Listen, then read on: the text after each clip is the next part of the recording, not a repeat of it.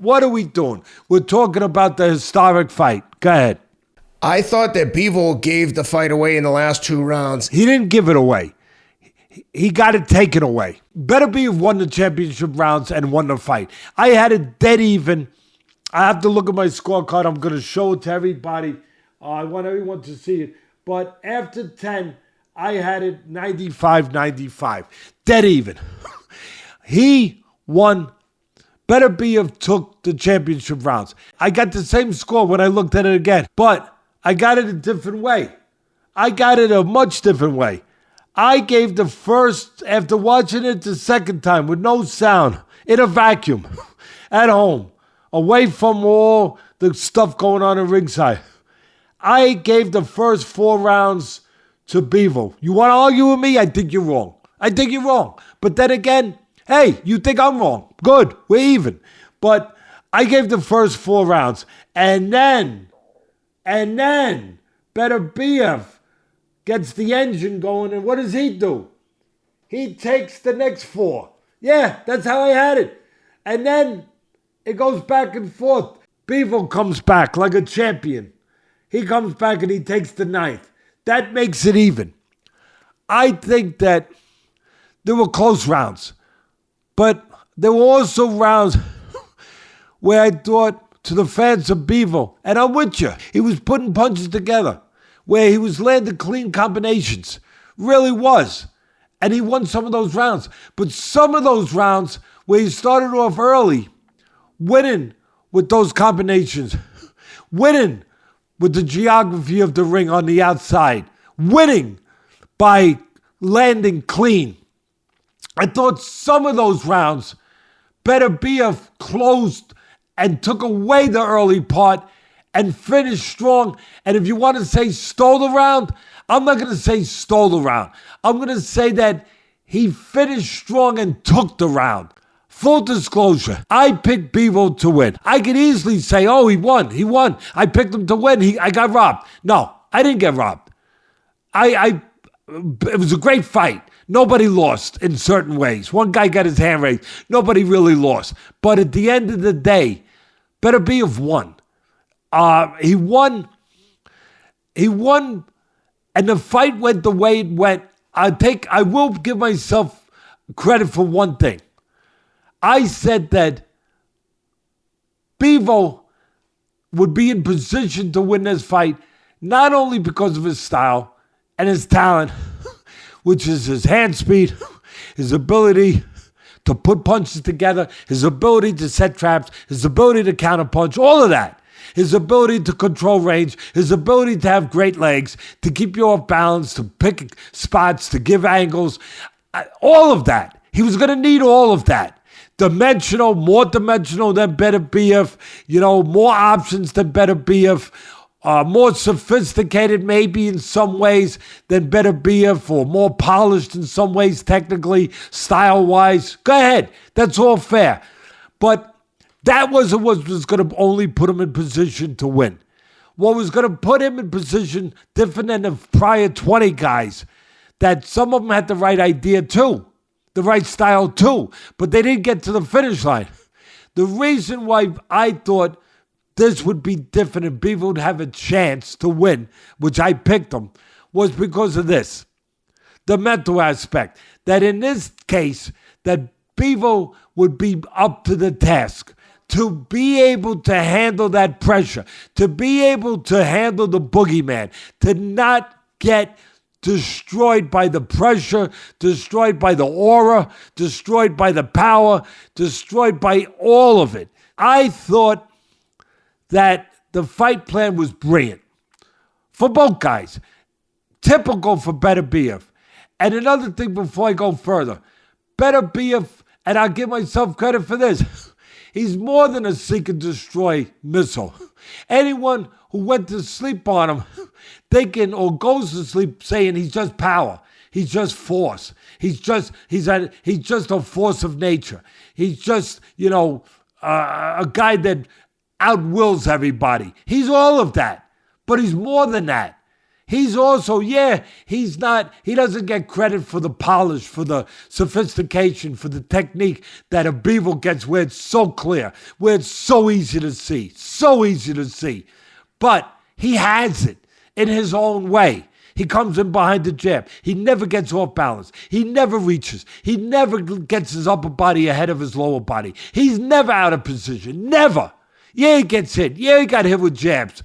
But he's always got the hands up. How many left hooks did he block? He would have got hit 452 left hooks by Bivol if he didn't keep that right hand up. He never drops the right hand. And I'll tell you what he does most brilliant. And the commentators didn't jump on this, I don't think, at least the ones that were over there. They didn't jump on it, and they're good, but they didn't jump on it. When he's got you going downhill, he keeps you going downhill. What I mean by that is once he starts to get into his rhythm, once he gets the engine going, once he gets out of the driveway and he gets on the highway, and he starts getting a rhythm of punches, throwing punches at you, and he gets that range where he can move his hands like this. He starts to close that gap, and he's throwing a punch, bam, bam, bam, bam, bam, and he's throwing those punches. He continues to throw them as he steps. He does them in sync, synchronization. He steps and punches. He's stepping and punching with you. So you get no relief. He takes the air out of the way. You get no relief. As he's stepping, simultaneously, he's stepping and he's punching. And he stays right with you when he feels the time to do that. And he does, and he follows you. He sticks to you like glue. He sticks to you like a cheap suit. You can't get him off you in those spots.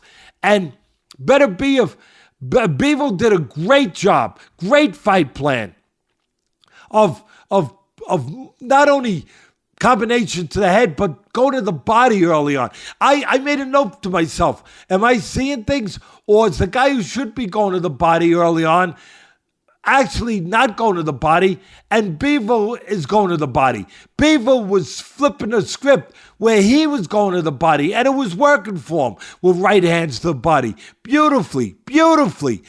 But when the time mattered, when the moment came, when it mattered most, when the championship rounds came, Beterbiev did not forget the body. He didn't forget the body. And that body punching late in the fight, 10th round, late in the fight, it helped to get him what he wanted. Cooperation from a great fighter. What do I mean cooperation? Cooperation in a way that he would get him to stay against his better judgment, against his corner's plan, against his own plan, against what he wanted to do. And you know what he did beautifully, Bivol? Not that he just ran. I heard some guys that are supposed to be pundits, I won't name them, but I think it's ridiculous. They were actually saying, he's got to run. He's got to run. He's got to run? No, he's got to step. He's got to move to the sides. He's got to move fluidly, sometimes faster than other times, but he's got a tiger claw.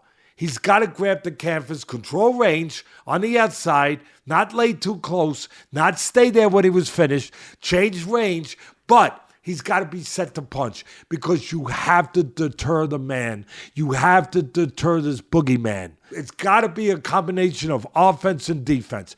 And he had a brilliant combination, Bivol, brilliant, of offense and defense all night, until the last couple rounds. And even early in the last couple, but then late, it was Beterbiev getting his way. But his plan was not just to move, because if you just move with Beterbiev, I'll tell you right now, I've seen it. He'll walk right in. He'll track you down. He'll track you down like you track down an animal in the woods. He will. He looks to get to his prey. And then he looks to skin his prey. And then he looks to take the pelt of his prey and put it on a wall. That's what he was trying to do. That's exactly how he goes about it. And he will do it if you just move.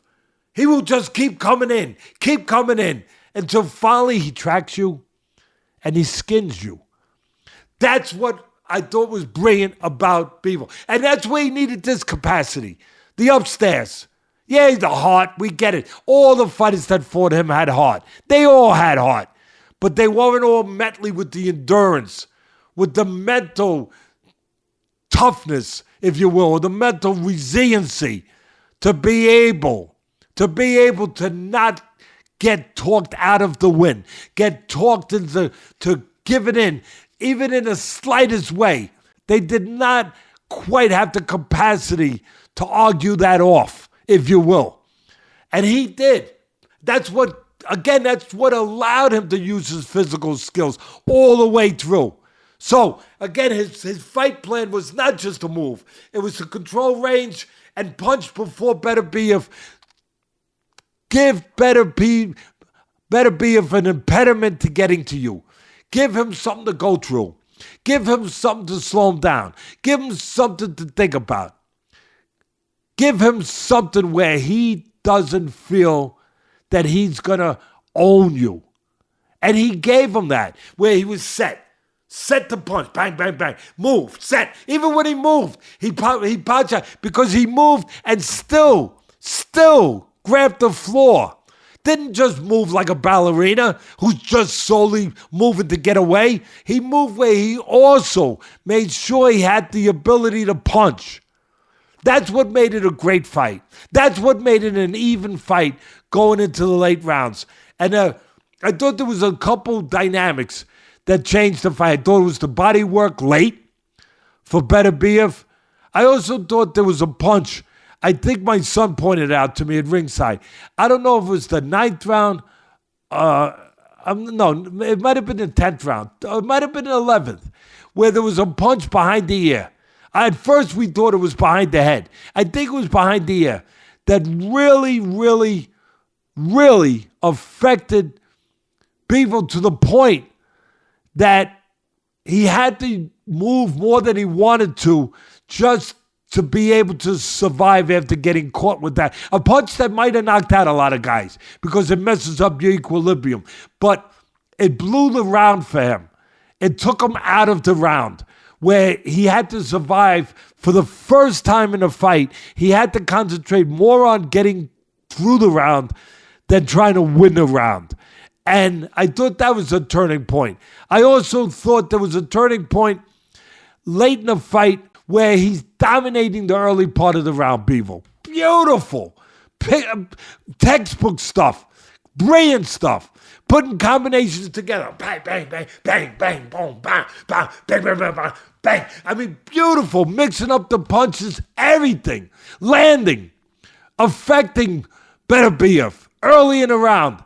And I made a note right there. I said, brilliant work. Don't get greedy. He was having success. And on the 6th, what does this guy do? What does this guy do? This bear of a man. What does he do? He comes back as he's throwing his 6th, and he got you. I got you. And he hurt him. And then he dominated from that point. That changed the trajectory also. That changed also the dynamic of the fight. Right there. Dominant round, early, and then all of a sudden throws one punch too long, stays in one spot a little too long, he gets nailed. Bang! Change it. And that's the other thing. I said it early. I'll say it again. There were rounds where it was Bivol early. Bivol early. First minute and a half. Bivol. And then all of a sudden, the motor gets going. The guy keeps coming. The water keeps boiling. You don't see it. You don't see it on the stove. You don't see it until the pan is empty. You don't see it, but it's doing something. In the 9th round, he kind of showed that he knew that he's getting close to 40, where he couldn't keep his foot on the gas pedal. So he let off it a little bit. And by doing so, he gave up that round. But by doing so, he did something else. He saved enough petrol, enough gas in the tank to do what he was ready and had to do. Win the last 2 rounds. Win the last 3, 10, 11, 12. Win the last 3 rounds, the championship rounds. And he did.